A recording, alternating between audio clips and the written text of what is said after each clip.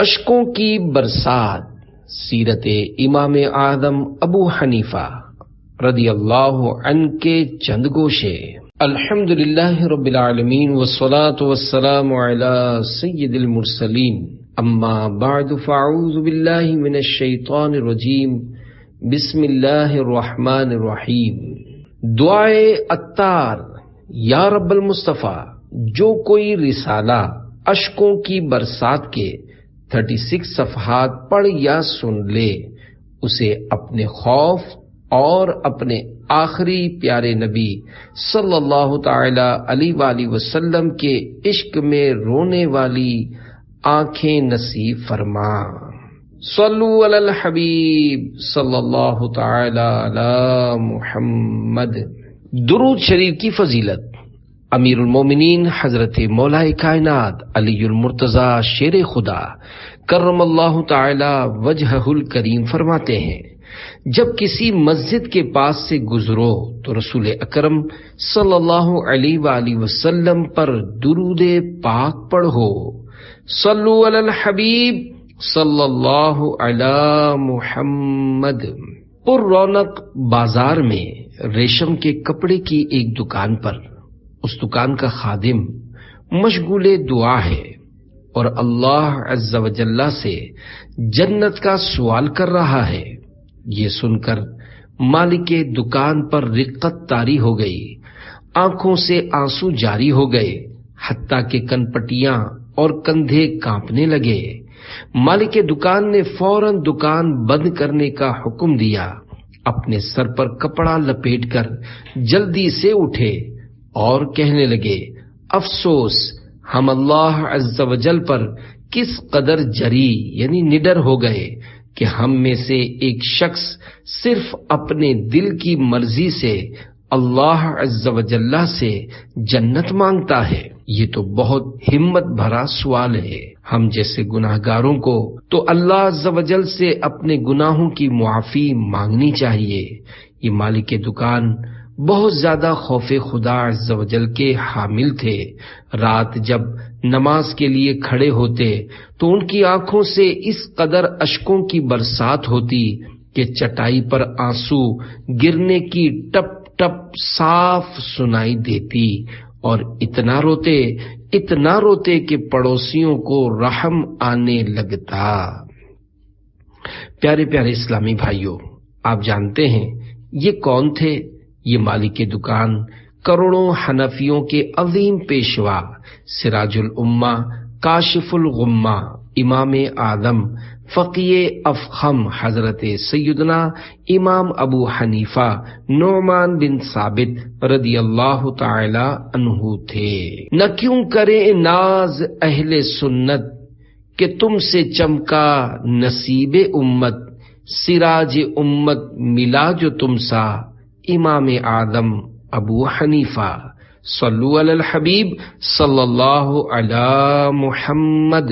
چاروں امام برحق ہیں۔ سیدنا امام اعظم ابو حنیفہ کا نام نامی نعمان، والد گرامی کا نام ثابت اور کنیت ابو حنیفہ ہے۔ آپ رضی اللہ عنہ سن 70 ہجری میں عراق کے مشہور شہر کوفے میں پیدا ہوئے اور 80 سال کی عمر میں 2 شعبان المعظم 150 ہجری میں وفات پائی، اور آج بھی بغداد شریف میں آپ کا مزار فیض الانوار مرجع خلائق ہے۔ ائمہ اربعہ یعنی چاروں امام ابو حنیفہ، امام شافعی، امام مالک اور امام احمد بن حنبل رضی اللہ عنہم برحق ہیں، اور ان چاروں کے خوش عقیدہ مقلدین آپس میں بھائی ہیں۔ ان میں آپس میں تعصب یعنی ہٹ دھرمی کی کوئی وجہ نہیں۔ سیدنا امام اعظم ابو حنیفہ علیہ رحمت اللہ الاکرم چاروں اماموں میں بلند مرتبہ ہیں۔ اس کی ایک وجہ یہ بھی ہے کہ ان چاروں میں صرف آپ تابعی ہیں۔ تابعی اس کو کہتے ہیں جس نے ایمان کی حالت میں کسی صحابی رضی اللہ عنہ سے ملاقات کی ہو اور ایمان پر اس کا خاتمہ ہوا ہو۔ سیدنا امام اعظم علیہ رحمت اللہ الاکرم نے مختلف روایات کے تحت چند صحابہ کرام علیہ رضوان سے ملاقات کا شرف حاصل کیا ہے اور بعض صحابہ علیہ رضوان سے براہ راست سرور کائنات صلی اللہ علیہ وآلہ وسلم کے ارشادات بھی سنے ہیں۔ چنانچہ حضرت سیدنا واصلہ بن اسقا رضی اللہ عنہ سے سن کر امام اعظم ابو حنیفہ رضی اللہ عنہ نے یہ روایت بیان فرمائی ہے کہ اللہ کے پیارے حبیب صلی اللہ تعالی علیہ وآلہ وسلم کا فرمان عبرت نشان ہے، اپنے بھائی کی شماتت نہ کر، یعنی اس کی مصیبت پر اظہار مسرت نہ کر کہ اللہ عز و جل اس پر رحم کرے گا اور تجھے اس میں مبتلا کر دے گا۔ ہے نام نعمان ابن ثابت، ابو حنیفہ ہے ان کی کنیت، پکارتا ہے یہ کہہ کے عالم امام اعظم ابو حنیفہ، صلو علی الحبیب صلی اللہ علی محمد۔ حنفیوں کے لیے مغفرت کی بشارت۔ سیدنا امام اعظم رحمت اللہ علیہ نے اپنی زندگی میں 55 حج کیے۔ جب آخری بار حج کی سعادت حاصل کی تو خدام کعبہ مشرفہ نے آپ رضی اللہ عنہ کی خواہش پر باب الکعبہ کھول دیا۔ آپ رضی اللہ عنہ بصد عجز و نیاز اندر داخل ہوئے اور بیت اللہ کے 2 ستونوں کے درمیان کھڑے ہو کر 2 رکعت میں پورا قرآن پاک ختم کیا، پھر دیر تک رو رو کر مناجات کرتے رہے۔ آپ رضی اللہ عنہ مشغول دعا تھے کہ بیت اللہ کے ایک گوشے یعنی کونے سے آواز آئی، تم نے اچھی طرح ہماری معرفت یعنی پہچان حاصل کی اور خلوص کے ساتھ خدمت کی، ہم نے تم کو بخشا اور قیامت تک جو تمہارے مذہب پر ہوگا یعنی تمہاری تقلید کرے گا اس کو بھی بخش دیا۔ الحمدللہ عز وجل، ہم کس قدر خوش نصیب ہیں کہ حضرت سیدنا امام اعظم ابو حنیفہ رحمت اللہ علیہ کا دامن کرم ہمارے ہاتھوں میں آیا۔ مروں شاہ زیر گنبد، ہو میرا مدفن بقی غرقد، کرم ہو بہرے رسول اکرم امام اعظم ابو حنیفہ، صلو علی الحبیب صلی اللہ علی محمد۔ روضہ شاہ انام سے جواب سلام، ہمارے امام اعظم رحمت اللہ علیہ پر شہنشاہ امم صلی اللہ علیہ وآلہ وسلم کا بے حد لطف و کرم تھا۔ مدینہ منورہ زادہ اللہ شرفا و تعظیمہ میں جب آپ رضی اللہ عنہ نے سرکار نامدار صلی اللہ علیہ وآلہ وسلم کے روضہ پر انوار پر اس طرح سلام عرض کیا، السلام علیک یا سید المرسلین، تو روضہ انور سے جواب کی آواز آئی، وعلیک السلام یا امام المسلمین، تمہارے دربار کا گدا ہوں، میں سائل عشق مصطفیٰ ہوں، کرو کرم بہر غوث اعظم امام اعظم ابو حنیفہ، صلو علی الحبیب صلی اللہ علی محمد۔ تاجدار رسالت کی بشارت۔ سیدنا امام اعظم ابو حنیفہ رضی اللہ عنہ نے جب تحصیل علم سے فراغت حاصل کر لی تو گوشہ نشینی کی نیت فرمائی۔ ایک رات جناب رسالت مآب صلی اللہ علیہ وآلہ وسلم کی خواب میں زیارت ہوئی۔ پیارے پیارے مصطفیٰ صلی اللہ علیہ وآلہ وسلم نے ارشاد فرمایا، اے ابو حنیفہ، اللہ عز و جل نے آپ کو میری سنت زندہ کرنے کے لیے پیدا فرمایا ہے، آپ گوشہ نشینی کا ہرگز قصد یعنی ارادہ نہ کریں۔ عطا ہو خوف خدا خدارا، دو الفت مصطفیٰ خدارا، کروں عمل سنتوں پہ ہر دم امام اعظم ابو حنیفہ، صلو علی الحبیب صلی اللہ علی محمد۔ دن رات کے معمولات۔ رسول اللہ صلی اللہ علیہ وآلہ وسلم نے خواب میں تشریف لا کر سیدنا امام اعظم رحمت اللہ علیہ کی حوصلہ افزائی فرمائی اور سنتوں کی خدمت کا حکم دیا، جس کے نتیجے میں ہمارے امام اعظم رحمت اللہ علیہ کا سنتوں کی خدمت کی مصروفیت اور ذوق عبادت ملاحظہ ہو۔ چنانچہ حضرت مسعر بن کدام رحمت اللہ علیہ فرماتے ہیں، میں امام اعظم ابو حنیفہ رحمت اللہ علیہ کی مسجد میں حاضر ہوا، دیکھا کہ نماز فجر ادا کرنے کے بعد آپ رحمت اللہ علیہ لوگوں کو سارا دن علم دین پڑھاتے رہتے۔ اس دوران صرف نمازوں کے وقفے ہوئے۔ بعد نماز عشاء آپ رحمت اللہ علیہ اپنی دولت سرا یعنی مکان عالی شان پر تشریف لے گئے۔ تھوڑی ہی دیر کے بعد سادہ لباس میں ملبوس، خوب عطر لگا کر فضائیں مہکاتے، اپنا نورانی چہرہ چمکاتے ہوئے پھر آ کر مسجد کے کونے میں نوافل میں مشغول ہو گئے، یہاں تک کہ صبح صادق ہو گئی۔ اب در دولت یعنی مکان عالی شان پر تشریف لے گئے اور لباس تبدیل کر کے واپس آئے اور نماز فجر با جماعت ادا کرنے کے بعد گزشتہ کل کی طرح عشاء تک سلسلہ درس و تدریس جاری رہا۔ میں نے سوچا آپ رحمت اللہ علیہ بہت تھک گئے ہوں گے، آج رات تو ضرور آرام فرمائیں گے، مگر دوسری رات بھی وہی معمول رہا، پھر تیسرا دن اور رات بھی اسی طرح گزرا۔ میں بے حد متاثر ہوا اور میں نے فیصلہ کر لیا کہ عمر بھر ان کی خدمت میں رہوں گا۔ چنانچہ میں نے ان کی مسجد ہی میں مستقل قیام اختیار کر لیا۔ میں نے اپنی مدت قیام میں امام اعظم رحمت اللہ علیہ کو دن میں کبھی بے روزہ اور رات کو کبھی عبادت و نوافل سے غافل نہیں دیکھا۔ البتہ ظہر سے قبل آپ رحمت اللہ علیہ تھوڑا سا آرام فرما لیا کرتے تھے۔ حضرت سیدنا ابن ابی معاذ رحمت اللہ علیہ کی روایت ہے، مسعر بن کدام رحمت اللہ علیہ بے حد خوش نصیب تھے کہ ان کی وفات امام اعظم رحمت اللہ علیہ کی مسجد میں سجدے کی حالت میں ہوئی۔ اللہ عز و جل کی ان پر رحمت ہو اور ان کے صدقے ہماری مغفرت ہو۔ جو بے مثال آپ کا ہے تقوی تو بے مثال آپ کا ہے فتویٰ، ہے علم و تقوی کے آپ سنگم امام اعظم ابو حنیفہ۔ صلو علی الحبیب صلی اللہ علی محمد۔ 30 سال مسلسل روزے الخیرات الحسان میں ہے، آپ نے مسلسل 30 سال روزے رکھے، 30 سال تک ایک رکعت میں قرآن پاک ختم کرتے رہے، 40 بلکہ 45 سال تک عشاء کے وضو سے فجر کی نماز ادا کی۔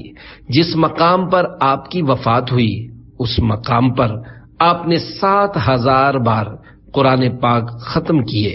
حضرت سیدنا عبداللہ بن مبارک رحمت اللہ علیہ کے سامنے امام اعظم رحمت اللہ علیہ پر کسی نے اعتراض کیا تو آپ رضی اللہ تعالی عنہ نے فرمایا، کیا تم ایسے شخص پر اعتراض کرتے ہو جس نے 45 سال تک 5 نمازیں ایک ہی وضو سے ادا کی اور وہ ایک رکعت میں پورا قرآن کریم ختم کر لیتے تھے، اور میرے پاس جو کچھ فقہ ہے وہ انہی سے سیکھا ہے۔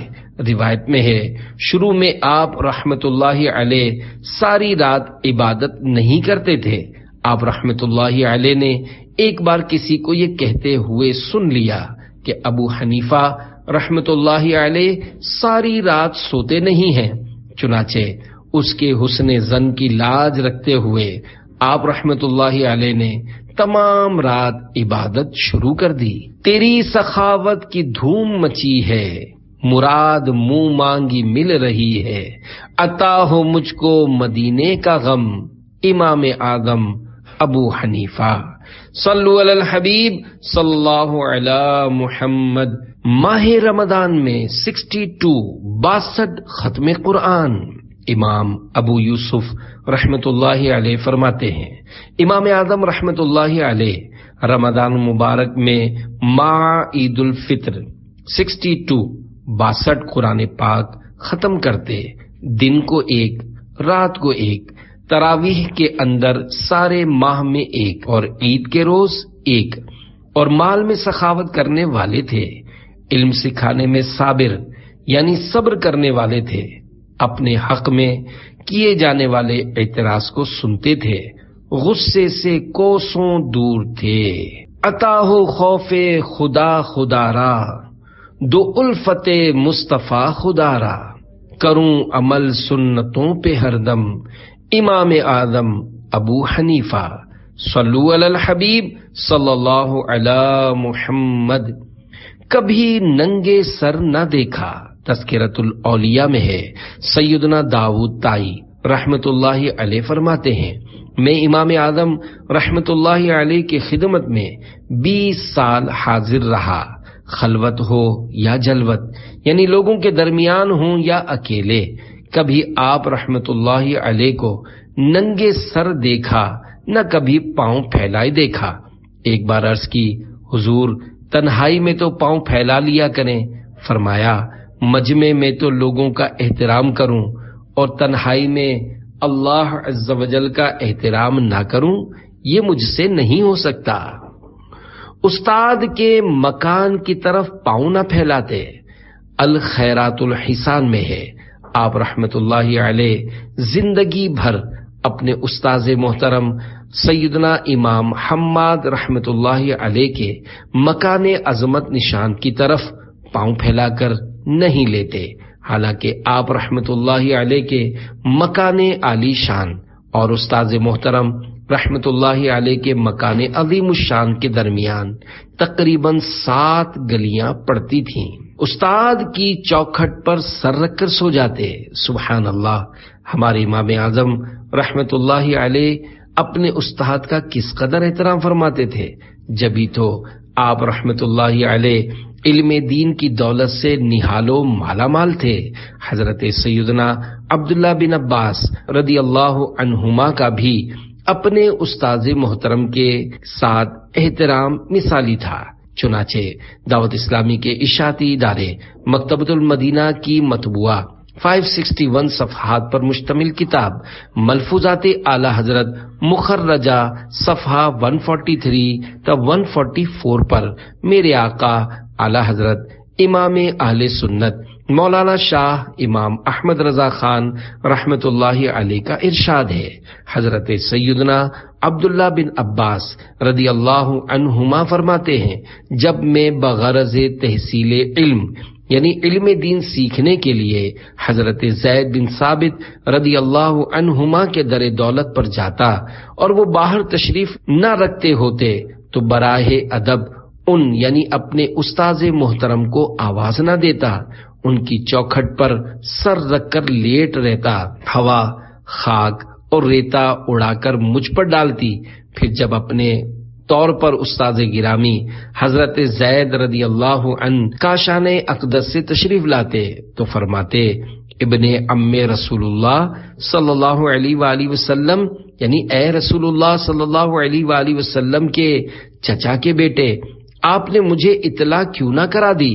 میں عرض کرتا، مجھے لائق نہ تھا کہ میں آپ کو اطلاع کراتا۔ اعلی حضرت رحمت اللہ علیہ نے یہ فرمانے کے بعد مزید فرمایا، یہ ادب ہے جس کی تعلیم قرآن عظیم نے فرمائی، ان الذین ینادونک من وراء الحجرات اکثرهم لا يعقلون ولو انهم صبروا حتى تخرج الیہم لکان خیرا لهم واللہ غفور رحیم۔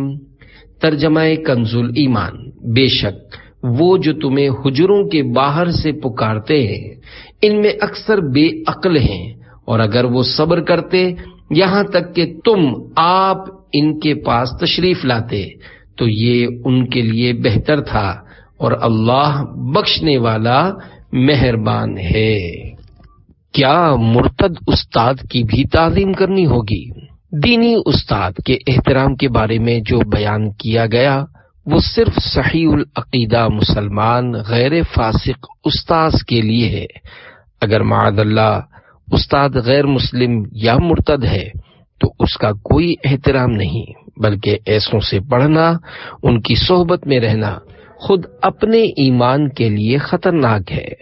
مرتد استاد کے شاگرد پر حق کے بارے میں میرے آقا اعلی حضرت امام اہل سنت مولانا شاہ امام احمد رضا خان رحمت اللہ علیہ کی خدمت بابرکت میں سوال ہوا تو فرمایا، اس قسم کے استاذ کا شاگرد پر وہی حق ہے جو کہ فرشتوں کے سابقہ استاد شیطان لعین کا فرشتوں پر ہے کہ فرشتے اس پر لعنت بھیجتے ہیں اور قیامت کے دن اپنے استاد کو گھسیٹ گھسیٹ کر دوزخ میں پھینک دیں گے۔ بہرحال بیان کردہ دونوں حکایتوں سے بالخصوص وہ طلبہ درس حاصل کریں جو اپنے مسلمان دینی اساتذہ کا احترام کرنے کے بجائے ان کی توہین کرتے اور پیچھے سے ان کا مذاق اڑاتے پھرتے ہیں۔ ایسے طلبہ کو علم دین کی اصل روح کیوں کر حاصل ہو سکتی ہے؟ مولائے روم رحمت اللہ علیہ فرماتے ہیں، ہم اللہ تعالی سے حصول ادب کی توفیق مانگتے ہیں، کیونکہ بے ادب رب تعالی کے فضل سے محروم رہتا ہے۔ بے ادب نہ صرف اپنے آپ کو برے حالات میں رکھتا ہے بلکہ اس کی بے ادبی کی آگ تمام دنیا کو اپنی لپیٹ میں لے لیتی ہے۔ استاذ تو روحانی باپ ہوتا ہے کہ 22 حروف کی نسبت سے اساتذہ کی غیبتوں کی 22 مثالیں۔ دعوت اسلامی کے اشاعتی ادارے مکتبۃ المدینہ کی مطبوعہ 505 صفحات پر مشتمل کتاب غیبت کی تباہ کاریاں صفحہ 419 اور صفحہ بعدیہ پر ہے۔ علم دین پڑھانے والا استاذ انتہائی قابل احترام ہوتا ہے، مگر بعض نادان طلبہ اپنے اساتذہ کے نام بگاڑتے، مذاق اڑاتے ہوئے، نقلیں اتارتے، تہمتیں لگاتے، بدگمانیاں اور غیبتیں کرتے ہیں۔ ان کی اصلاح کی خاطر اساتذہ کی غیبتوں کی 22 مثالیں حاضر کی ہیں۔ آج استاد صاحب کا موڈ آف ہے، لگتا ہے گھر سے لڑ کر آئے ہیں۔ یہ فلاں مدرسے میں پڑھاتے تھے، وہاں تنخواہ کم تھی، لہذا زیادہ تنخواہ کے لیے ہمارے مدرسے میں تشریف لائے ہیں۔ توبہ توبہ، ہمارے استاذ یا قاری صاحب بالغات یعنی بڑی لڑکیوں کو ٹیوشن پڑھانے ان کے گھر جاتے ہیں۔ استاد صاحب پڑھانے میں مجھ غریب پر کم مگر فلاں مالدار کے لڑکے پر زیادہ توجہ دیتے ہیں۔ ہمارے استاد صاحب جب دیکھو مجھے ذلیل کرتے رہتے ہیں، طلبہ پر بلا وجہ سختی کرتے ہیں، پڑھانا آتا نہیں، استاذ بن بیٹھے ہیں۔ دیکھا آج استاد صاحب میرے سوال پر کیسے پھنسے۔ استاد صاحب کو کتاب کے حاشیے سے متعلق کوئی سوال پوچھ لو تو آئیں بائیں شائیں کرنے لگتے ہیں۔ استاد صاحب نے اس سوال کا جواب غلط دیا ہے، آؤ میں تمہیں کتاب دکھاتا ہوں۔ استاد صاحب کو خود عبارت پڑھنی نہیں آتی، اس لیے ہم سے پڑھواتے ہیں۔ استاد صاحب کو تو ڈھنگ سے ترجمہ کرنا بھی نہیں آتا۔ استاد صاحب سبق کو خواہ لمبا کر دیتے ہیں۔ فلاں استاد سے میں تو مجبوراً پڑھ رہا ہوں، میرا بس چلے تو ان سے پیریڈ یا سبق لے کر کسی اور کو دے دوں یا انہیں مدرسے ہی سے نکال دوں۔ فلاں استاد تو بابائے اردو شروحات ہیں، اردو شرح سے تیاری کر کے آتے ہیں، جب تک اردو شرح نہ پڑھ لے سبق نہیں پڑھا سکتے۔ آج استاد صاحب سبق تیار کر کے نہیں آئے تھے، اسی لیے ادھر ادھر کی باتوں میں وقت گزار دیا۔ جب یہ زیر تعلیم تھے تو پڑھائی میں اتنے کمزور تھے کہ روزانہ اپنے استاد سے ڈانٹ کھاتے تھے۔ میں حیران ہوں کہ فلاں طالب علم کی پوزیشن کیسے آ گئی۔ ضرور استاد صاحب نے اس کو پرچے کے سوالات بتائے ہوں گے۔ فلاں استاد یا قاری صاحب کا ذہن مدنی نہیں ہے، انہوں نے کبھی درجے میں مدنی کاموں کے بارے میں ایک لفظ نہیں بولا۔ فلاں استاد کی آپس میں نہیں بنتی، جب دیکھو ایک دوسرے کے خلاف باتیں کرتے رہتے ہیں۔ ہمارے استاذ یا قاری صاحب آج کل فلاں امرد میں بڑی دلچسپی لے رہے ہیں۔ صلو علی الحبیب صلی اللہ علی محمد۔ دیوار کی کیچڑ، حضرت سیدنا امام فخر الدین رازی رحمت اللہ علیہ فرماتے ہیں، امام اعظم رحمت اللہ علیہ اپنے ایک مقروض مجوسی یعنی آتش پرست کے یہاں قرضہ وصول کرنے کے لیے تشریف لے گئے۔ اتفاق سے اس کے مکان کے قریب آپ رحمت اللہ علیہ کی نعل پاک یعنی جوتی مبارک میں کیچڑ لگ گئی۔ کیچڑ چھڑوانے کے لیے نعل پاک کو جھاڑا تو کچھ کیچڑ اڑ کر مجوسی کی دیوار سے لگ گئی۔ پریشان ہو گئے کہ اب کیا کروں، کیچڑ صاف کرتا ہوں تو دیوار کی مٹی بھی اکھڑے گی اور صاف نہیں کرتا تو دیوار خراب ہو رہی ہے۔ اسی ششو پنج میں دروازے پر دستک دی۔ مجوسی نے باہر نکل کر جب امام اعظم رحمت اللہ علیہ کو دیکھا تو اس نے قرض کی ادائیگی کے سلسلے میں ٹالم ٹول شروع کر دی۔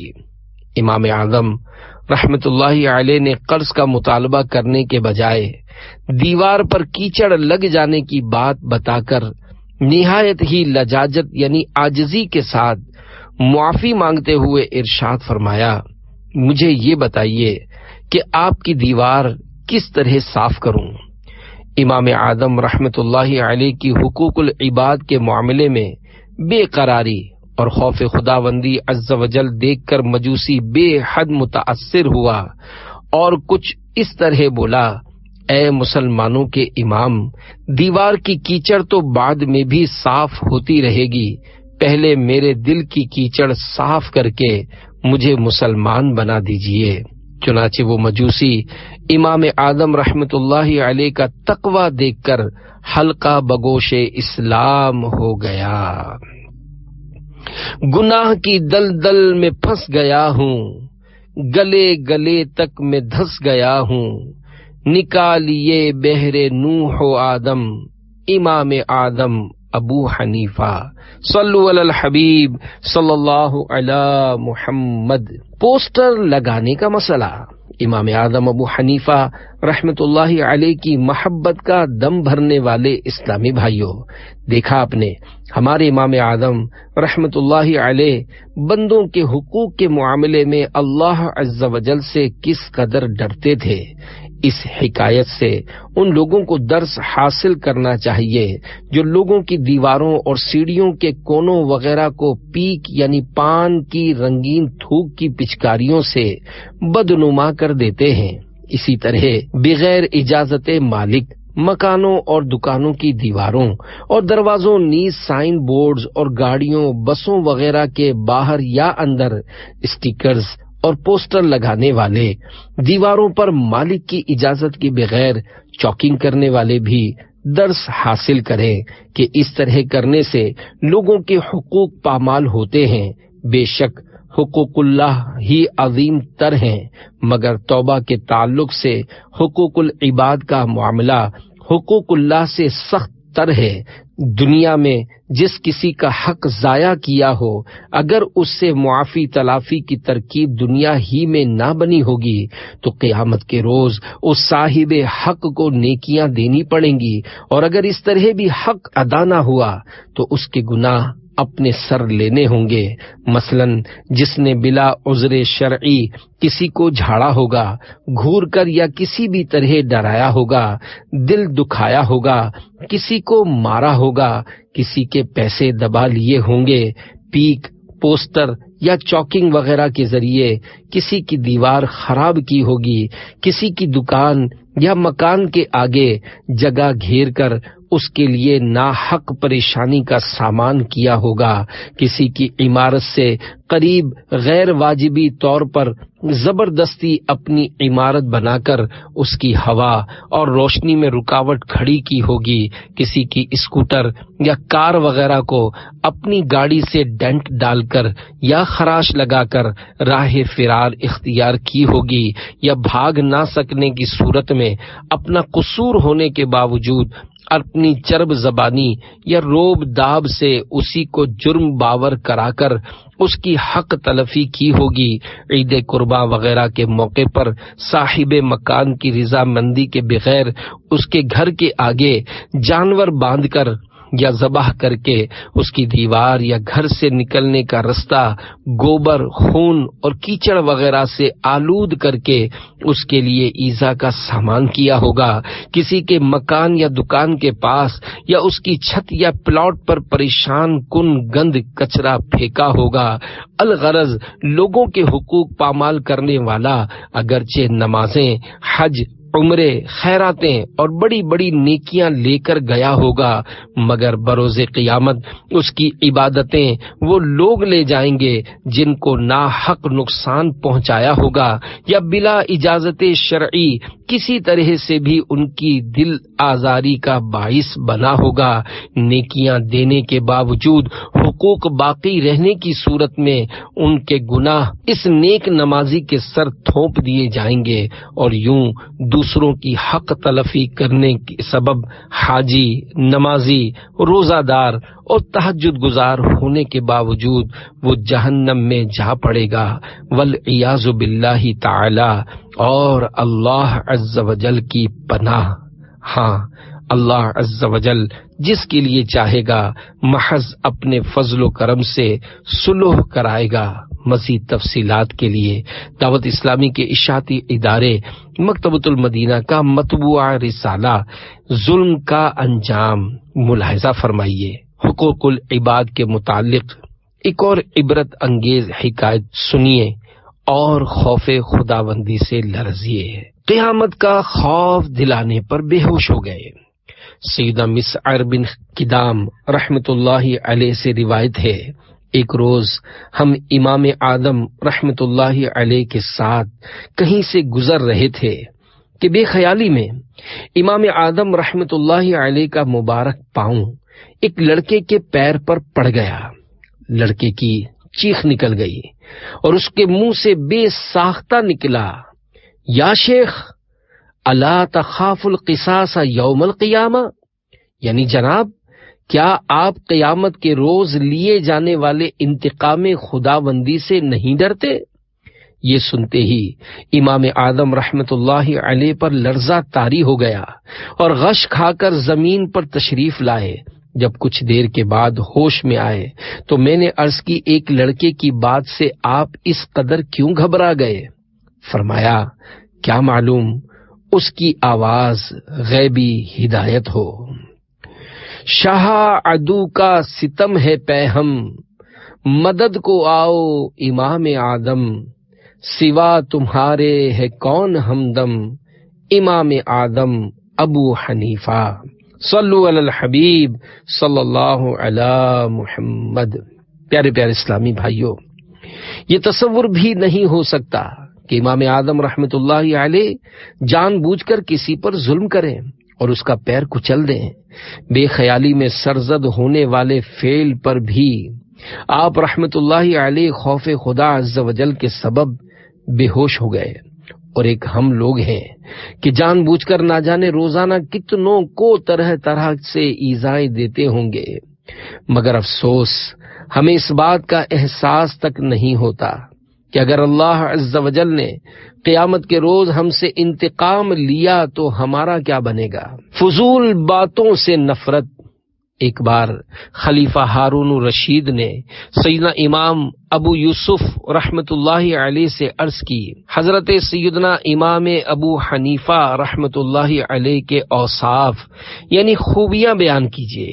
فرمایا، امام اعظم رحمت اللہ علیہ نہایت ہی پرہیزگار تھے، ممنوعات شرعی سے بچتے تھے، اہل دنیا سے پرہیز فرماتے، فضول باتوں سے نفرت کرتے، اکثر خاموش رہ کر دین اور آخرت کے بارے میں سوچتے رہتے، جب کوئی مسئلہ پوچھتا تو معلوم ہونے پر جواب دے دیتے ورنہ خاموش رہتے، ہر طرح سے اپنے دین و ایمان کی حفاظت فرماتے، ہر ایک مسلمان کا ذکر بھلائی کے ساتھ ہی کرتے، یعنی کسی کی عیب چینی اور غیبت نہ فرماتے۔ خلیفہ ہارون الرشید نے یہ سن کر کہا، صالحین یعنی نیک بندوں کے اخلاق ایسے ہی ہوتے ہیں۔ امام اعظم گفتگو میں پہل کرنے سے بچتے۔ حضرت سیدنا فضل بن دکین رحمت اللہ علیہ کہتے ہیں، امام اعظم رحمت اللہ علیہ نہایت باروب تھے، بات شروع کرنے میں پہل نہ فرماتے، بلکہ جب بھی گفتگو فرماتے تو کسی کے جواب ہی کے لیے فرماتے اور بیکار باتیں سنتے ہی نہ تھے، نیز ایسی باتوں پر توجہ بھی نہ فرماتے۔ گفتگو میں پہل کے نقصانات۔ پیارے پیارے اسلامی بھائیوں، امام اعظم رحمت اللہ علیہ کے گفتگو میں پہل نہ کرنے کی حکمت مرحبا، واقعی اگر اس حکمت بھرے مدنی پھول کو اپنا لیا جائے تو بہت سارے نقصانات سے بچت ہو سکتی ہے، کیونکہ بارہا ایسا ہوتا ہے کہ آدمی کوئی غیر ضروری خبر دیتا یا فالتو گفتگو چھیڑتا ہے، پھر اگرچہ خود خاموش ہو بھی جائے مگر اس کی چھیڑی ہوئی بات پر تبصرہ برابر جاری رہتا ہے، حتیٰ کہ گفتگو کا یہ فضول در فضول سلسلہ چلتے چلتے بسا اوقات گناہوں کی وادیوں میں اتر جاتا ہے۔ نہ انسان بات کا آغاز کرے نہ اتنے بکھیڑے ہوں، فضول گوئی کی نکلے عادت ہو دور بیجا ہنسی کی خصلت، درود پڑھتا رہوں میں ہر دم امام اعظم ابو حنیفہ، صلو علی الحبیب صلی اللہ علی محمد۔ مدنی انعامات کس کے لیے کتنے؟ پیارے پیارے اسلامی بھائیوں، اس پرفتن دور میں آسانی سے نیکیاں کرنے اور گناہوں سے بچنے کے طریقہ کار پر مشتمل شریعت و طریقت کا جامع مجموعہ بنام مدنی انعامات بصورت سوالات مرتب کیا گیا ہے۔ اسلامی بھائیوں کے لیے 72، اسلامی بہنوں کے لیے 63، طلباء علم دین کے لیے 92، دینی طالبات کے لیے 83، بچوں اور بچیوں کے لیے 40، جبکہ خصوصی اسپیشل اسلامی بھائیوں کے لیے یعنی گونگے بہروں کے لیے 27 مدنی انعامات ہیں۔ بے شمار اسلامی بھائی، اسلامی بہنیں اور طلباء مدنی انعامات کے مطابق عمل کر کے روزانہ سونے سے قبل محاسبہ کرتے ہوئے یعنی اپنے اعمال کا جائزہ لے کر مدنی انعامات کے پاکٹ سائز رسالے میں دیے گئے خانے پر کرتے ہیں۔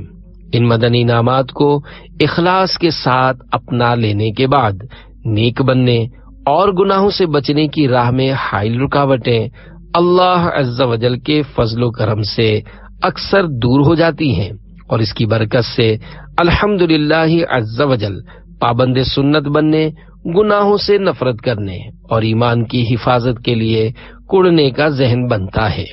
سبھی کو چاہیے کہ باکردار مسلمان بننے کے لیے مکتبۃ المدینہ کی کسی بھی شاخ سے مدنی انعامات کا رسالہ حاصل کریں اور روزانہ محاسبہ کرتے ہوئے اس میں دیے گئے کھانے پر کریں، اور ہجری سن کے مطابق ہر مدنی یعنی قمری ماہ کی پہلی تاریخ اپنے یہاں کے مدنی انعامات کے ذمہ دار کو جمع کروانے کا معمول بنائیں۔ ولی اپنا بنا تو اس کو رب لم یزل، مدنی انعامات پر کرتا رہے جو بھی عمل۔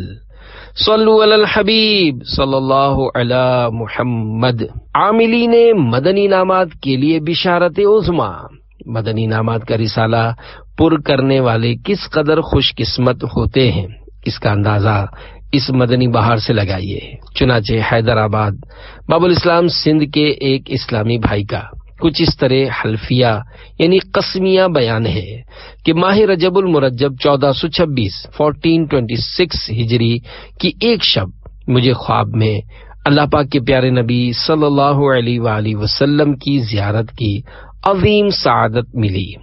لبہائے مبارکہ کو جنبش ہوئی اور رحمت کے پھول جھڑنے لگے اور میٹھے بول کے الفاظ کچھ یوں ترتیب پائے: جو اس ماہ روزانہ پابندی سے مدنی انعامات سے متعلق فکر مدینہ کرے گا، اللہ عز و جل اس کی مغفرت فرما دے گا۔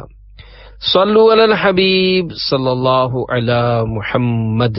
دشمن کے لیے دعا۔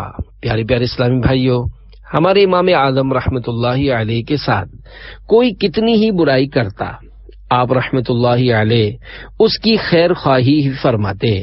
چنانچہ ایک بار کسی حاسد نے امام اعظم رحمت اللہ علیہ کو سخت برا بھلا کہا، گندی گالیاں بھی دیں اور گمراہ بلکہ معاذ اللہ عز وجل زندیق یعنی بے دین تک کہہ دیا۔ امام اعظم رحمت اللہ علیہ نے جواب میں ارشاد فرمایا، اللہ عز وجل آپ کو معاف فرمائے۔ اللہ عز وجل جانتا ہے کہ آپ جو کچھ میرے بارے میں کہہ رہے ہیں میں ایسا نہیں ہوں۔ اتنا فرمانے کے بعد آپ کا دل بھر آیا اور آنکھوں سے آنسو جاری ہو گئے اور فرمانے لگے، میں اللہ عز وجل سے امید کرتا ہوں کہ وہ مجھے معافی عطا فرمائے گا۔ مجھے عذاب کا خوف رلاتا ہے۔ عذاب کا تصور آتے ہی گریا یعنی رونا بڑھ گیا اور روتے روتے بے ہوش ہو کر زمین پر تشریف لے آئے۔ جب ہوش آیا تو دعا مانگی، یا اللہ عز و جل، جس نے میری برائی بیان کی اس کو معاف فرما دے۔ وہ شخص آپ کے یہ اخلاق کریمہ دیکھ کر بہت متاثر ہوا اور معافی مانگنے لگا۔ فرمایا، جس نے لا علمی کے سبب میرے بارے میں کچھ کہا اس کو معاف ہے، ہاں جو اہل علم ہونے کے باوجود جان بوجھ کر میری طرف غلط عیب منسوب کرتا ہے وہ قصوروار ہے، کیونکہ علماء کی غیبت کرنا ان کے بعد بھی باقی رہتا ہے۔ نہ جیتے جی آئے کوئی آفت، میں قبر میں بھی رہوں سلامت، بروز محشر بھی رکھنا بے غم، امام آدم ابو حنیفہ۔ صلو علی الحبیب صلی اللہ علی محمد۔ تماچا مارنے والے کو انوکھا انعام۔ پیارے پیارے اسلامی بھائیوں، اپنے مخالف پر امام اعظم رحمت اللہ علیہ کے فضل و کرم کا ایک اور اچھوتا واقعہ سنیے اور جھومیے، اور اپنی ذاتی دشمنوں پر لاکھ غصہ آئے درگزر کی عادت ڈال کر عملی طور پر امام اعظم رحمت اللہ علیہ کی محبت کا ثبوت فراہم کیجیے۔ چنانچہ ایک بار کسی حاسد نے کروڑوں مسلمانوں کے بے تاج بادشاہ اور امام و پیشوا سیدنا امام اعظم رحمت اللہ علیہ کو معاذ اللہ زوردار تماچا رسید کر دیا۔ اس پر صبر و تحمل کے پیکر امام اعظم رحمت اللہ علیہ نے انتہائی عاجزی کے ساتھ فرمایا، بھائی جان، میں بھی آپ کو تماچا مار سکتا ہوں مگر نہیں ماروں گا، عدالت میں آپ کے خلاف دعویٰ دائر کر سکتا ہوں مگر نہیں کروں گا، اللہ عز و جل کی بارگاہ بے کس پناہ میں آپ کے ظلم کی فریاد کر سکتا ہوں لیکن نہیں کرتا، اور بروز قیامت اس ظلم کا بدلہ حاصل کر سکتا ہوں مگر یہ بھی نہیں کروں گا۔ اگر بروز قیامت اللہ عز و جل نے مجھ پر خصوصی کرم فرمایا اور میری سفارش آپ کے حق میں قبول کر لی تو میں آپ کے بغیر جنت میں قدم نہ رکھوں گا۔ ہوئی شاہ فرد جرم عائد، بچا پھنسا ورنہ اب مقلد، فرشتے لے کے چلے جہنم، امام آدم ابو حنیفہ۔ صلو علی الحبیب صلی اللہ علی محمد۔ معاف کرنے والے بروز قیامت بے حساب داخل جنت ہوں گے۔ پیارے پیارے اسلامی بھائیوں، واقعی ہمارے امام اعظم رحمت اللہ علیہ صبر کے پہاڑ تھے اور وہ صبر کے فضائل سے آگاہ تھے۔ کاش ہم بھی اپنے اوپر ظلم کرنے والوں پر غصے سے بے قابو ہو کر لڑائی بھڑائی پر اتر آنے کے بجائے ان کو معاف کر کے ثواب کا خزانہ لوٹنا سیکھ لیں۔ دعوت اسلامی کے اشاعتی ادارے مکتبۃ المدینہ کی مطبوعہ 505 صفحات پر مشتمل کتاب غیبت کی تباہ کاریاں صفحہ 479 اور 481 پر دیے ہوئے دو فرامین مصطفیٰ صلی اللہ علیہ وآلہ وسلم سنیے اور جھومیے۔ نمبر 1، جسے یہ پسند ہو کہ اس کے لیے جنت میں محل بنایا جائے اور اس کے درجات بلند کیے جائیں، اسے چاہیے کہ جو اس پر ظلم کرے یہ اسے معاف کرے، اور جو اسے محروم کرے یہ اسے عطا کرے، اور جو اس سے قطع تعلق کرے یعنی تعلقات توڑے یہ اس سے ناتا یعنی رشتہ جوڑے۔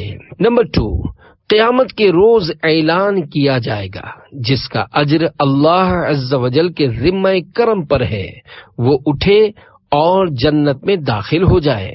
پوچھا جائے گا کس کے لیے اجر ہے؟ وہ منادی یعنی اعلان کرنے والا کہے گا ان لوگوں کے لیے جو معاف کرنے والے ہیں، تو ہزاروں آدمی کھڑے ہوں گے اور بلا حساب جنت میں داخل ہو جائیں گے۔ اس عنوان پر مکتبۃ المدینہ کا رسالہ عفو و درگزر کے فضائل پڑھنے سے تعلق رکھتا ہے۔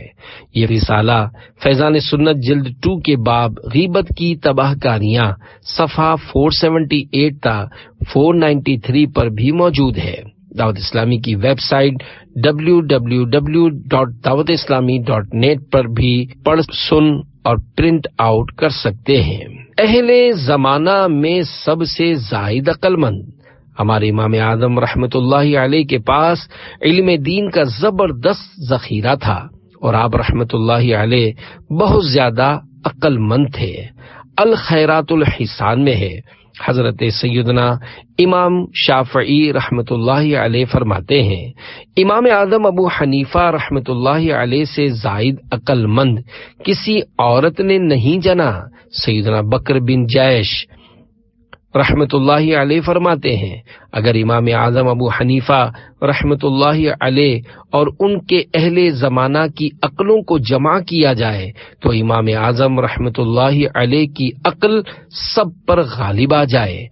آپ کی عقل سلیم اور بے مثال انداز تفہیم یعنی سمجھانے کے بے نظیر طریقے کی ایک ایمان افروز حکایت سنیے اور جھومیے۔ عثمان غنی کے گستاخ پر انفرادی کوشش۔ کوفہ میں ایک شخص امیر المومنین حضرت سیدنا عثمان غنی ذو النورین جامع القرآن رضی اللہ عنہ کی شان شرافت نشان میں بکواس کرتا اور معاذ اللہ عز و جل آپ رضی اللہ عنہ کو یہودی کہتا تھا۔ ایک بار سیدنا امام اعظم رحمت اللہ علیہ اس کے پاس تشریف لے گئے اور اس پر انفرادی کوشش کے ذریعے حکمت بھرے مدنی پھول لٹاتے ہوئے فرمایا، میں آپ کی بیٹی کے لیے رشتہ لایا ہوں۔ لڑکا ایسا ہے کہ بس اس پر ہر وقت خوف خدا عز و جل کا غلبہ رہتا ہے، نہایت متقی اور پرہیزگار ہے اور ساری رات عبادت میں گزار دیتا ہے۔ لڑکے کے یہ اوصاف یعنی خوبیاں سن کر وہ شخص بولا، بہت خوب، ایسا داماد تو ہمارے سارے خاندان کے لیے باعث سعادت ہوگا۔ امام اعظم رحمت اللہ علیہ نے فرمایا، مگر اس میں ایک عیب ہے، اور وہ یہ کہ وہ مذہباً یہودی ہے۔ یہ سنتے ہی وہ شخص سیخ پا ہو گیا اور گرج کر بولا، کیا میں اپنی بیٹی کی شادی یہودی سے کروں؟ سیدنا امام اعظم رحمت اللہ علیہ نے نہایت ہی نرمی سے ارشاد فرمایا، بھائی آپ خود تو اپنی بیٹی یہودی کے نکاح میں دینے کے لیے تیار نہیں، تو یہ کیسے ہو سکتا ہے کہ اللہ عز و جل کے محبوب صلی اللہ علیہ وآلہ وسلم یکے بعد دیگرے اپنی 2 شہزادیاں کسی یہودی کے نکاح میں دے دیں؟ یہ سن کر اس کی عقل ٹھکانے لگ گئی اور وہ بے حد نادم ہوا، اور سیدنا عثمان غنی ذو النورین جامع القرآن رضی اللہ عنہ کی مخالفت سے توبہ کی۔ نور کی سرکار سے پایا دوشالہ نور کا، ہو مبارک تم کو ذو النورین جوڑا نور کا۔ صلو علی الحبیب صلی اللہ علی محمد۔ جان دے دی مگر حکومتی عہدہ قبول نہ کیا۔ عباسی خلیفہ منصور نے امام اعظم رحمت اللہ علیہ سے عرض کی کہ آپ میری مملکت کے چیف جج بن جائیے۔ فرمایا، میں اس عہدے کے قابل نہیں۔ منصور بولا، آپ جھوٹ کہتے ہیں۔ فرمایا، اگر میں جھوٹ بولتا ہوں تو آپ نے خود ہی فیصلہ کر دیا، جھوٹا شخص قاضی بننے کے لائق ہی نہیں ہوتا۔ خلیفہ منصور نے اس بات کو اپنی توہین تصور کرتے ہوئے آپ رضی اللہ عنہ کو جیل بھجوا دیا۔ روزانہ آپ رضی اللہ عنہ کے سر مبارک پر 10 کوڑے مارے جاتے، جس سے خون سر اقدس سے بہہ کر ٹخنوں تک آ جاتا۔ اس طرح مجبور کیا جاتا رہا کہ قاضی بننے کے لیے حامی بھر لیں، مگر آپ رضی اللہ عنہ حکومتی عہدہ قبول کرنے کے لیے راضی نہ ہوئے۔ اسی طرح آپ رضی اللہ عنہ کو یومیہ 10 کے حساب سے 110 کوڑے مارے گئے۔ لوگوں کی ہمدردیاں امام اعظم رحمت اللہ علیہ کے ساتھ تھیں۔ بالآخر دھوکے سے زہر کا پیالہ پیش کیا گیا، مگر آپ رضی اللہ عنہ مومنانہ فراست سے زہر کو پہچان گئے اور پینے سے انکار فرما دیا۔ اس پر آپ رحمت اللہ علیہ کو لٹا کر زبردستی حلق میں زہر انڈیل دیا گیا۔ زہر نے جب اپنا اثر دکھانا شروع کیا تو آپ رحمت اللہ علیہ بارگاہ خداوندی میں سجدہ ریز ہو گئے اور سجدے ہی کی حالت میں 150 سنہ ہجری میں آپ رحمت اللہ علیہ نے جام شہادت نوش کیا۔ اس وقت آپ رحمت اللہ علیہ کی عمر شریف 80 برس تھی۔ بغداد معلی میں آپ رحمت اللہ علیہ کا مزار فائز الانوار آج بھی مرجع خلائق ہے۔ پھر آقا بغداد میں بلا کر وہ روزہ دکھلائیے جہاں پر ہے نور کی بارشیں چھما چھم امام اعظم ابو حنیفہ۔ صلو علی الحبیب صلی اللہ علی محمد۔ مزار امام اعظم کی برکتیں۔ مفتی حجاز شیخ شہاب الدین احمد بن حجر حتمی مکی شافعی رحمت اللہ علیہ اپنی مشہور کتاب الخیرات الحسان فی مناقب النعمان کے باب نمبر 35 جس کے عنوان میں یہ بھی ہے، آپ رحمت اللہ علیہ کی قبر شریف کی زیارت حاجتیں پوری ہونے کے لیے مفید ہے۔ میں فرماتے ہیں جاننا چاہیے کہ علماء اور دیگر حاجت مند حضرات آپ رحمت اللہ علیہ کے مزار شریف کی مسلسل زیارت کرتے رہتے ہیں اور آپ رحمت اللہ علیہ کے پاس آ کر اپنی حوائج یعنی حاجتوں کے لیے آپ رحمت اللہ علیہ کو وسیلہ بناتے ہیں اور اس میں کامیابی پاتے ہیں۔ ان میں سے حضرت سیدنا امام شافعی رحمت اللہ علیہ بھی ہیں۔ جب آپ رحمت اللہ علیہ بغداد میں تھے تو آپ رحمت اللہ علیہ کے متعلق مروی ہے کہ آپ رحمت اللہ علیہ نے فرمایا کہ میں حضرت سیدنا امام ابو حنیفہ رحمت اللہ علیہ سے تبرک حاصل کرتا ہوں اور جب کوئی حاجت پیش آتی ہے تو 2 رکعت پڑھ کر ان کی قبر انور کے پاس آتا ہوں اور اس کے پاس اللہ عز و جل سے دعا کرتا ہوں تو وہ حاجت جلد پوری ہو جاتی ہے۔ اللہ عز و جل کی ان پر رحمت ہو اور ان کے صدقے ہماری مغفرت ہو۔ جگر بھی زخمی ہے دل بھی گھائل، 1000 فکریں ہیں 100 مسائل، دکھوں کا عطار کو دو مرہم امام اعظم ابو حنیفہ۔ فیضان مدنی چینل جاری رہے گا۔ پیارے پیارے اسلامی بھائیوں، دعوت اسلامی کے مدنی ماحول سے ہر دم وابستہ رہیے۔ سنتوں کی تربیت کے لیے مدنی قافلوں میں عاشقان رسول کے ساتھ سنتوں بھرا سفر کیجیے اور کامیاب زندگی گزارنے اور آخرت سنوارنے کے لیے مدنی مرکز کی طرف سے عنایت فرمودہ مدنی انعامات کے مطابق عمل کرتے ہوئے روزانہ اپنے احتساب کے ذریعے مدنی انعامات کا رسالہ پر کیجیے اور ہر مدنی ماہ کی 1 تاریخ کو اپنے ذمہ دار کو جمع کروائیے۔ آپ کی ترغیب و تحریض کے لیے ایک عظیم الشان مدنی بہار آپ کے گوش گزار کی جاتی ہے۔ چنانچہ میرپور نمبر 11 ڈھاکہ بنگلہ دیش کے ایک مبلغ دعوت اسلامی کے بیان کا لب لباب ہے کہ میں عاشقان رسول کی مدنی تحریک دعوت اسلامی کے مدنی ماحول کے تحت ہونے والے مدنی تربیتی کورس کے لیے انفرادی کوشش کرنے کے لیے ایک علاقے میں گیا۔ ایک اسلامی بھائی کو جو ہی میں نے مدنی تربیتی کورس کی دعوت پیش کی تو وہ بول اٹھا، میرے چہرے پر پیارے آقا صلی اللہ علیہ وآلہ وسلم کی محبت کی نشانی یعنی داڑھی شریف جو آپ دیکھ رہے ہیں، الحمدللہ عز و جل یہ دعوت اسلامی کے مدنی چینل کا فیضان ہے۔ مدنی چینل پر ایک رقت انگیز سنتوں بھرا بیان سن کر نماز کا پابند بنا، داڑھی سجائی اور میں نے قرآن پاک کی تعلیم حاصل کرنا شروع کر دی ہے۔ الحمدللہ علی احسانہ۔ مدنی چینل سنتوں کی لائے گا گھر گھر بہار، مدنی چینل سے ہمیں کیوں والہانہ ہونا پیار۔ صلو علی الحبیب صلی اللہ علی محمد۔ مدنی چینل کے ذریعے ضروری علوم حاصل کیجیے۔ پیارے پیارے اسلامی بھائیوں، سبحان اللہ، دعوت اسلامی کے مدنی چینل نے دنیا کے کئی ممالک میں سنتوں کی دھوم مچا رکھی ہے۔ مدنی چینل کے ذریعے نیکیاں بڑھانے اور جنت دلانے، گناہ مٹانے اور جہنم سے بچانے والے ضروری علوم سیکھنے کو ملتے ہیں۔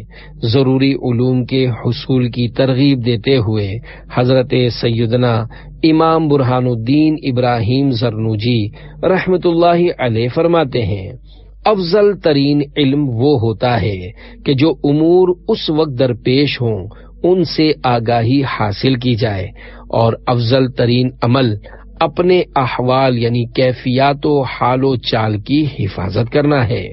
پس ایک مسلمان پر ان علوم کا جاننا بہت ضروری ہے جن کی ضرورت اس کو اپنی زندگی میں پڑتی ہے، خواہ وہ کسی بھی شعبے سے تعلق رکھتا ہو۔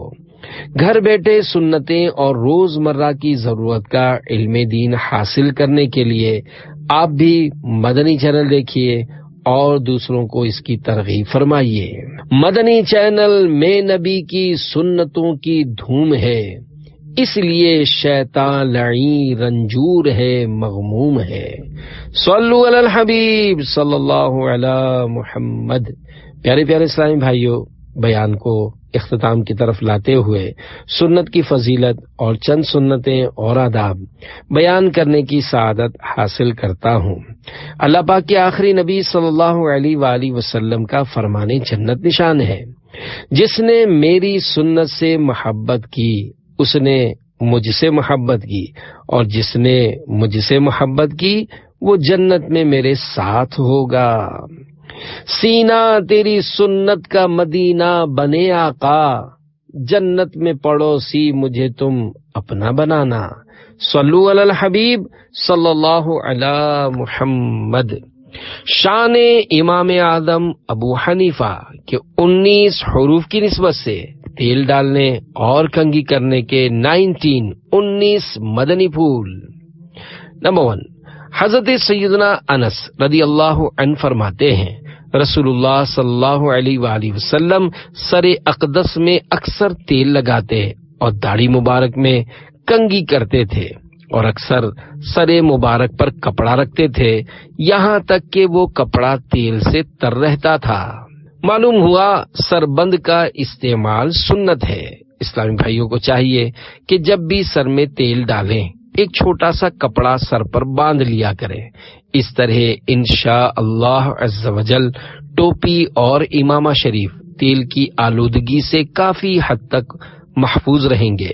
الحمدللہ عز و جل سگے مدینہ عفیہ عنہ کا برسا برس سے سربند استعمال کرنے کا معمول ہے۔ نمبر 2، فرمان مصطفیٰ صلی اللہ علیہ وآلہ وسلم، جس کے بال ہوں وہ ان کا احترام کرے، یعنی انہیں دھوئے، تیل لگائے اور کنگھی کرے۔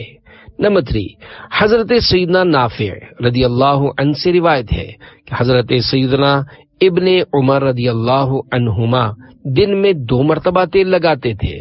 بالوں میں تیل کا بکثرت استعمال خصوصاً اہل علم حضرات کے لیے مفید ہے کہ اس سے سر میں خشکی نہیں ہوتی، دماغ تر اور حافظہ قوی ہوتا ہے۔ نمبر 4، فرمان مصطفیٰ صلی اللہ علیہ وآلہ وسلم، جب تم میں سے کوئی تیل لگائے تو بھووں یعنی ابروؤں سے شروع کرے، اس سے سر کا درد دور ہوتا ہے۔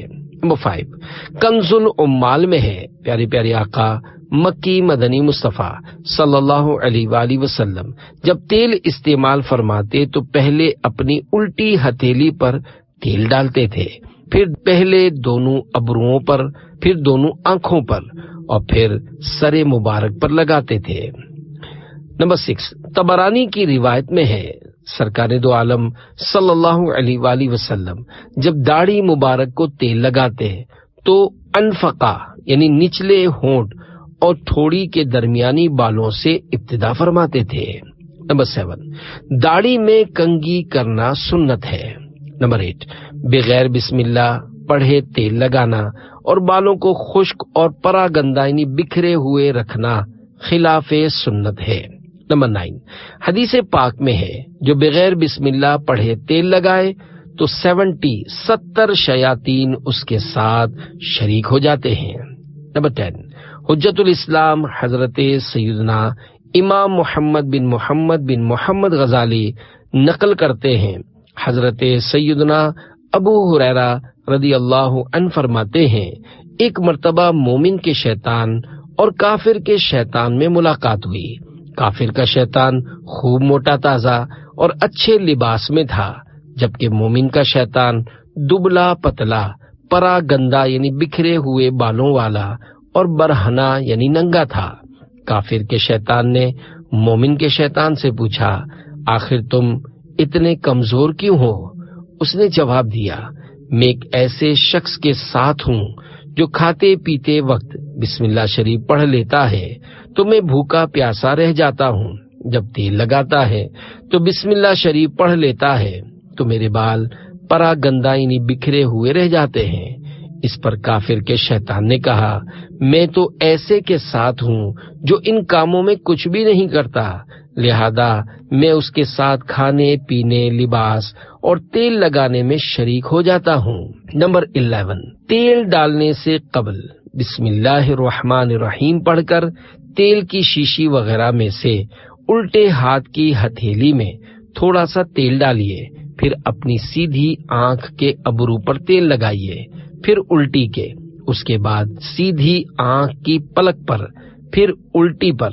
اب سر میں تیل ڈالیے اور داڑھی کو تیل لگائیے تو نچلے ہونٹ اور تھوڑی کے درمیانی بالوں سے آغاز کیجیے۔ نمبر 12، سرسوں کا تیل ڈالنے والا ٹوپی یا امامہ اتارتا ہے تو بعض اوقات بدبو کا بھبکا نکلتا ہے، لہذا جس سے بن پڑے وہ سر میں عمدہ خوشبودار تیل ڈالے۔ خوشبودار تیل بنانے کا ایک آسان طریقہ یہ بھی ہے کہ کھوپرے کے تیل کی شیشی میں اپنے پسندیدہ عطر کے چند قطرے ڈال کر حل کر لیجئے، خوشبودار تیل تیار ہے۔ سر اور داڑھی کے بالوں کو وقتاً فوقتاً صابن سے دھوتے رہیے۔ نمبر 13، عورتوں کو لازم ہے کہ کنگھی کرنے میں یا سر دھونے میں جو بال نکلیں انہیں کہیں چھپا دیں کہ ان پر اجنبی یعنی ایسا شخص جس سے ہمیشہ کے لیے نکاح حرام نہ ہو کی نظر نہ پڑے۔ نمبر 14، اللہ پاک کے آخری نبی صلی اللہ علیہ وآلہ وسلم نے روزانہ کنگھی کرنے سے منع فرمایا، یعنی ممانعت مکروہ تنزیہی ہے، اور مقصد یہ کہ مرد کو بناؤ سنگھار میں مشغول نہ رہنا چاہیے۔ امام مناوی رحمت اللہ علیہ فرماتے ہیں، جس شخص کو بالوں کی کثرت کی وجہ سے ضرورت ہو وہ مطلقاً روزانہ کنگھی کر سکتا ہے۔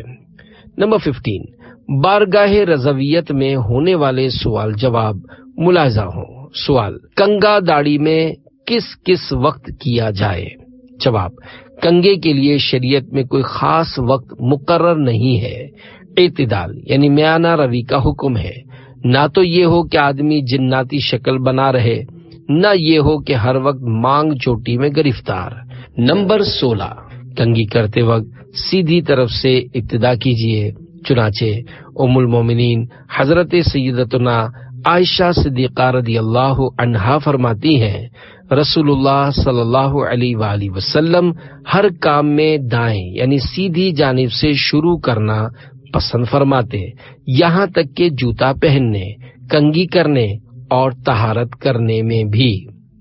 شارح بخاری حضرت علامہ بدر الدین عینی حنفی رحمت اللہ علیہ اس حدیث پاک کے تحت لکھتے ہیں، یہ 3 چیزیں بطور مثال ارشاد فرمائی گئیں، ورنہ ہر کام جو عزت اور بزرگی رکھتا ہے اسے سیدھی طرف سے شروع کرنا مستحب ہے، جیسے مسجد میں داخل ہونا، لباس پہننا، مسواک کرنا، سرما لگانا، ناخن تراشنا، مونچھیں کاٹنا، بغلوں کے بال اتارنا، وضو، غسل کرنا اور بیت الخلاء سے باہر آنا وغیرہ، اور جس کام میں یہ بات نہیں جیسے مسجد سے باہر آنے، بیت الخلاء میں داخل ہونے، ناک صاف کرنے، نیز شلوار اور کپڑے اتارتے وقت بائیں یعنی الٹی طرف سے ابتدا کرنا مستحب ہے۔ نمبر 17، نماز جمعہ کے لیے تیل اور خوشبو لگانا مستحب ہے۔ نمبر 18، روزے کی حالت میں داڑھی مونچھ میں تیل لگانا مکروہ نہیں، مگر اس لیے تیل لگایا کہ داڑھی بڑھ جائے، حالانکہ ایک مشت یعنی ایک مٹھی داڑھی ہے تو یہ بغیر روزے کے بھی مکروہ ہے اور روزے میں بدرجہ اولا۔ 19، میت کی داڑھی یا سر کے بال میں کنگھی کرنا ناجائز و گناہ ہے۔ تیل کی بوندیں ٹپکتی نہیں بالوں سے رضا، صبح عارس پہ لٹاتے ہیں ستارے گیسو۔ ہزاروں سنتیں سیکھنے کے لیے مکتبۃ المدینہ کی مطبوعہ 2 کتب، 312 صفحات پر مشتمل کتاب بحر شریعت حصہ 16 اور 120 صفحات کی کتاب سنتیں اور آداب ہدیتاً حاصل کیجیے اور پڑھیے۔ سنتوں کی تربیت کا ایک بہترین ذریعہ دعوت اسلامی کے مدنی قافلوں میں عاشقان رسول کے ساتھ سنتوں بھرا سفر بھی ہے۔ لوٹنے رحمتیں قافلے میں چلو، سیکھنے سنتیں قافلے میں چلو، ہوں گی حل مشکلیں قافلے میں چلو، ختم ہو شامتیں قافلے میں چلو۔ صلو علی الحبیب صلی اللہ تعالی علی محمد۔